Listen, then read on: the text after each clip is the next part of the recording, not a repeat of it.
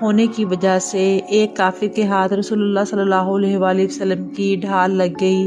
اس کافر نے یہ ڈھال بنو قینقاع کے ہاتھ فروخت کر دی۔ بنو قینقاع نے اسے ایک بیش بہا خزانہ سمجھتے ہوئے اپنے پاس محفوظ رکھا اور وہ ڈھال میرے پاس ہے۔ یہودی تاجر نے اس علاقے کے بدوؤں کے درمیان اس طرح کی کہانیاں پھیلانا شروع کر دیں۔ ایسی من گھڑت کہانیوں کے ذریعے وہ یہ ثابت کرنا چاہتا تھا کہ عربوں میں یہودی قبیلوں کا کتنا اثر ہے اور وہ کس قدر لائق احترام ہیں۔ اس نے اس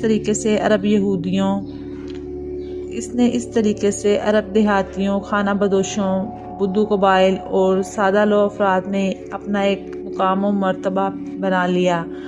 آخر اس نے ارادہ کر لیا کہ وہ مستقل طور پر القطیف کے قریب دریا قصبہ میں قیام کرے گا اور اسے اپنی سرگرمیوں کا مرکز بنائے گا۔ اس کا خیال تھا کہ یہ علاقہ عرب میں بڑی یہودی سلطنت کے قیام کے لیے راہ ہموار کر لے گا۔ اپنے ان مقاصد کی تکمیل کے لیے اس نے عرب کے صحرائی بدوؤں سے رابطہ کرنا شروع کر دیا۔ اس نے اپنے آپ کو اس ملک کا بادشاہ کہلوانا شروع کر دیا۔ اس موقع پر دو قبائل، قبیلہ عجمان اور قبیلہ بنو خالد، اس یہودی کی اصلیت کو جان گئے اور فیصلہ کیا کہ اس فتنے کو یہیں ختم کر دیا جائے۔ دونوں قبائل نے باہم اس کے مرکز دریا پر حملہ کر دیا اور اس قصبے کے اینٹ سے اینٹ پہ جا کر رکھ دی، لیکن وہ شخص جان بچا کر بھاگ نکلا اور العارض کے نزدیک المالی بید گسیبہ کے نام سے ایک فارم میں اس نے پناہ لے لی۔ یہی العارض آج ریاض کے نام سے جانا جاتا ہے، جو سعودی عرب کا دارالخلافہ ہے۔ مردخائی نے اس فارم کے مالک، جو بہت بڑا ذمہ دار تھا، سے درخواست دی کہ وہ اسے پناہ دے کر فارم کا مالک اتنا مہربان تھا اور مہمان نواز تھا کہ اس نے مردخائی کی درخواست قبول کر لی اور اسے اپنے پاس پناہ دے دی۔ لیکن مردخائی کو اس میزبان کے پاس ٹھہرے ہوئے 1 مہینہ ہی گزرا تھا کہ اس نے اپنے محسن اور اس کے اہل خانہ کو قتل کر دیا اور بہانہ یہ کیا کہ ان تمام کو چوروں کے گروہ نے قتل کیا ہے۔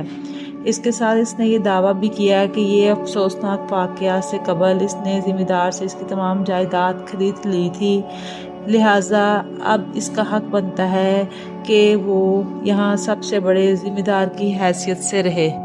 مردخائی اس جگہ پر قبضہ جما لینے کے بعد اس جگہ کا نام تبدیل کر کے اپنے پرانے کھوئے ہوئے علاقہ کے نام پر دریا رکھا اور قبضہ شدہ زمین پر فوراً ہی ایک بڑا مہمان خانہ تعمیر کروایا، جس کا نام اس نے مضافہ رکھا۔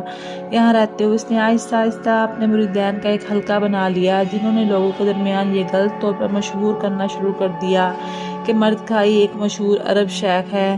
کچھ عرصے بعد اس نے اپنا اصل نام شیخ صالح سلمان عبداللہ التمیمی کو ایک منصوبے کے تحت قصبہ العزافی کی مسجد میں قتل کروا دیا۔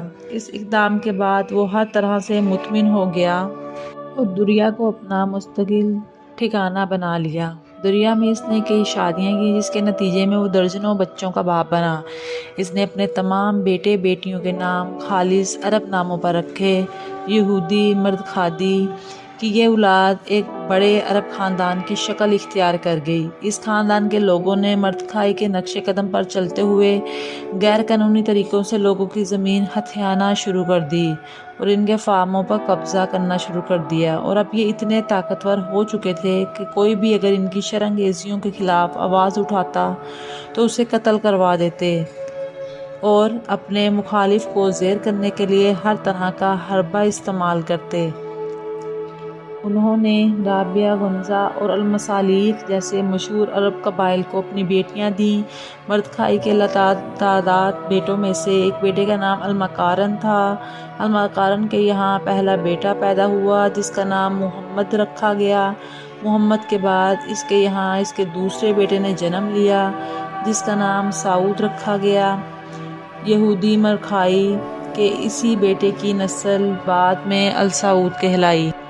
تاریخ کا مطالعہ کرنے سے پتہ چلتا ہے کہ آغاز میں اس خاندان یعنی السعود نے مذہب کے نام پر کافی عرصہ تک قتل عام کا بازار گرم کیا، اور یہی خاندان کئی سالوں سے سعودی عرب پر برسر اقتدار ہیں اور انہوں نے حجاز مقدس کا نام تبدیل کر کر اپنے خاندان کے نام پر سعودیہ عرب رکھ دیا ہے۔